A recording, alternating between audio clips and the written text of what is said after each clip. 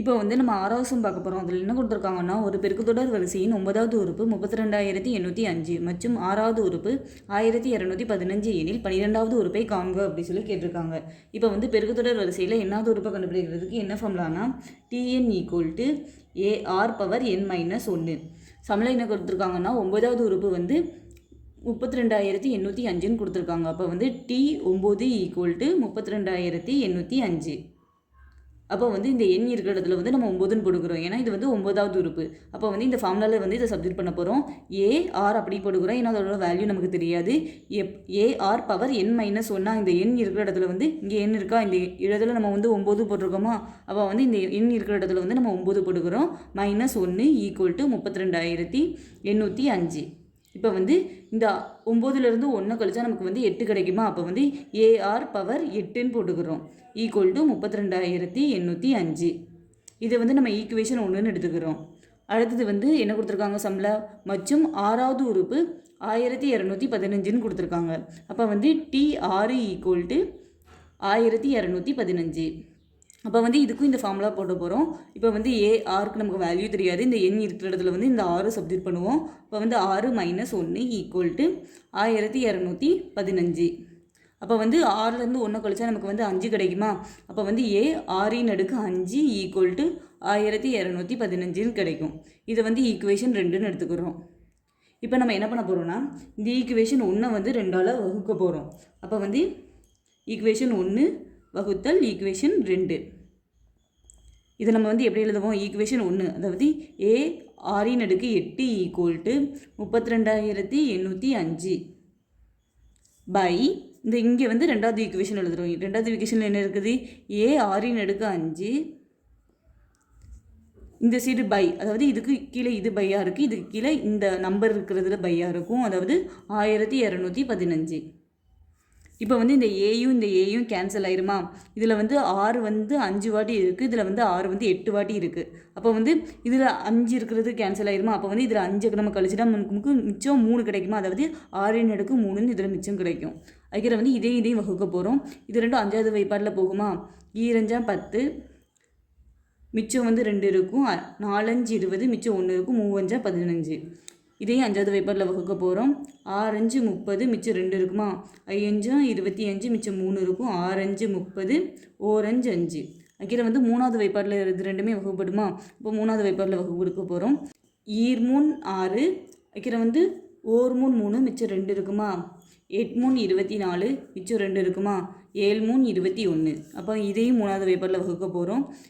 8 - 24 மிச்சம் 1 - 3 அதுக்கிற மறுபடியும் இது ரெண்டையுமே வந்து 3வது வைப்பாட்டில் வகுக்க முடியுமா, அப்போ வந்து 7 - 21 அதுக்கிற இதில் வந்து 7 - 6 மிச்சம் 2 இருக்குமா, 9 - 3 27.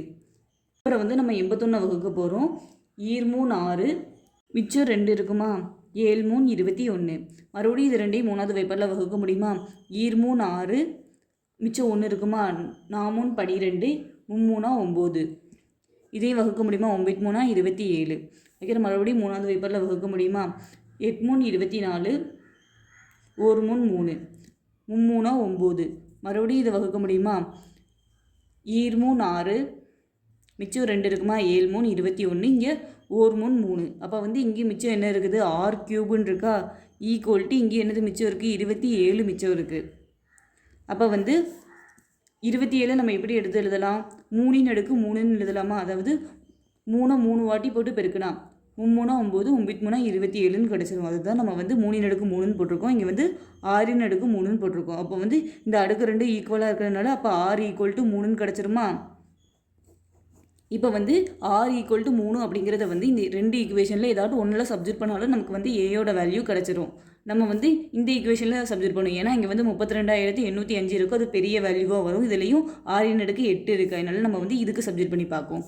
அதாவது ரெண்டாவது ஈக்குவேஷன் எடுத்துக்கிறோம். அதில் என்ன இருக்குன்னா A6/5 = 1215 இருக்குது. அப்போ வந்து இந்த ஏயோட வேல்யூ தெரியாது, அப்படி போட்டுக்கிறோம். 6 இருக்கிற இடத்துல வந்து நம்ம 3 போட்டுக்கிறோம். அப்போ 3/5 இருக்கும் ஈக்குவல்ட்டு 1215 இருக்கும். இப்போ வந்து அடுத்த ஸ்டெப்பில் என்ன பண்ணுறோன்னா, இந்த ஏ அப்படி இருக்குது, இந்த 1215 அப்படி இருக்குது, இந்த 3/5 வந்து இங்கே பெருக்கல்ல இருக்கா, இந்த சைடு வந்தால் வகுத்தல் 3/5ன்னு ஆயிரும். அப்போ வந்து 3 வந்து 5 வாட்டி போட்டு பெருக்குனா நமக்கு என்ன வேல்யூ கிடைக்கும்னா 243ன்னு கிடைக்கும். அப்போ வந்து 1215 அப்படியே இருக்குது. பை இந்த 3 வந்து 5 வாட்டி போட்டு பெருக்குனா நமக்கு என்ன கிடைக்கும்னா 243. அப்போ வந்து இது ரெண்டையும் இப்போ வந்து 3வது வாய்ப்பால் நம்மளால் வகுக்க முடியும். அப்போ வந்து வகுக்க போகிறோம். 8 3 24, 1 3 3. இங்கேயும் 3வது வாய்ப்பால் வகுக்க போகிறோம். 4 3 12, 1 இருக்குது, 1 வந்து 3ல் போகாதனால 0 போட்டுக்கிறோம். அப்போ வந்து 5 3 15. மறுபடியும் இதை வந்து நம்ம 3வது வாய்ப்பால் வகுக்க போகிறோம்.